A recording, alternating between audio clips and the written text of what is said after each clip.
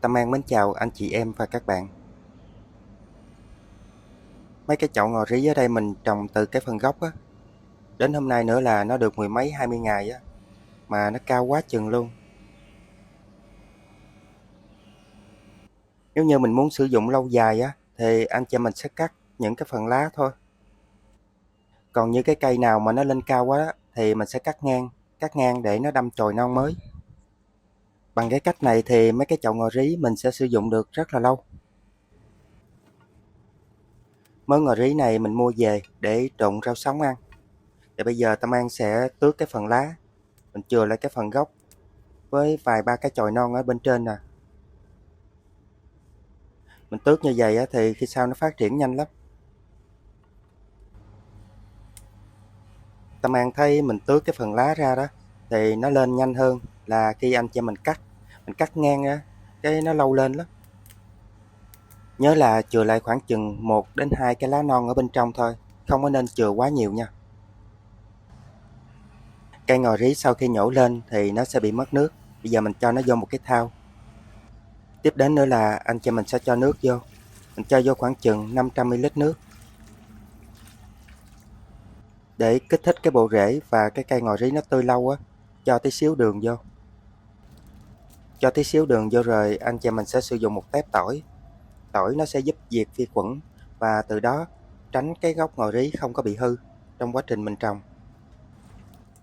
Tép tỏi thì mình sẽ đập dập nó ra hoặc là đâm nhuyễn cũng được. Mình cho vô nước luôn. Nếu như ở nhà mà mình có cái chai thuốc kích rễ á, thì anh chị mình sẽ sử dụng cái thuốc kích rễ. Cái chai thuốc kích rễ gót 2 này nó chỉ có 10.000 thôi. Mình sử dụng cái thuốc kích rễ cho nó gọn luôn, khỏi sử dụng đường với tỏi chỉ mất công.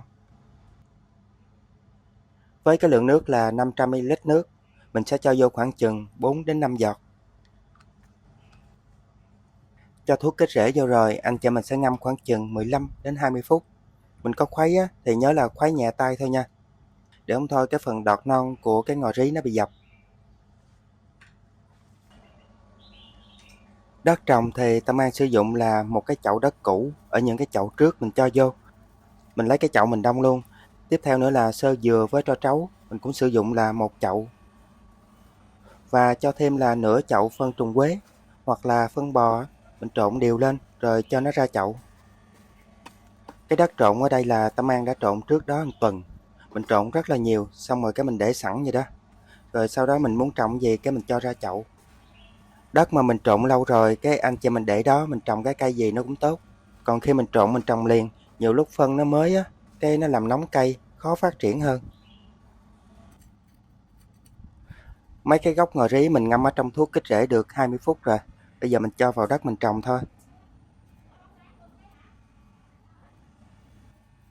Nếu như anh chị mình không có thuốc kích rễ thì mình cứ sử dụng đường với tỏi nha.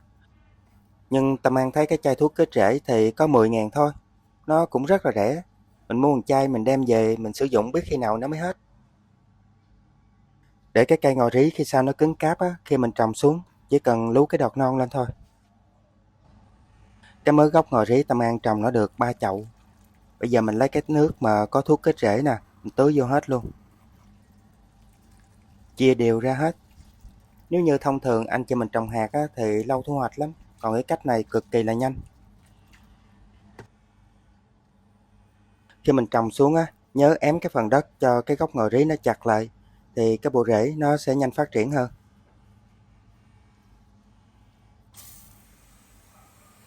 Cái gốc ngò rí mình mới trồng xuống như vậy, anh chị mình sẽ tưới nước nó thường xuyên.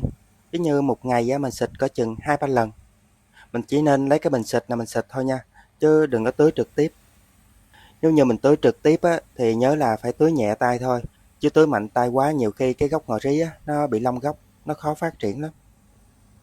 Khi mới trồng như vậy, anh chị mình nhớ là phải để nó vào cái bóng râm, khoảng chừng 5-7 hôm, cái bộ rễ nó phát triển rồi á, thì lúc đó mình mới đem ra nắng trực tiếp được.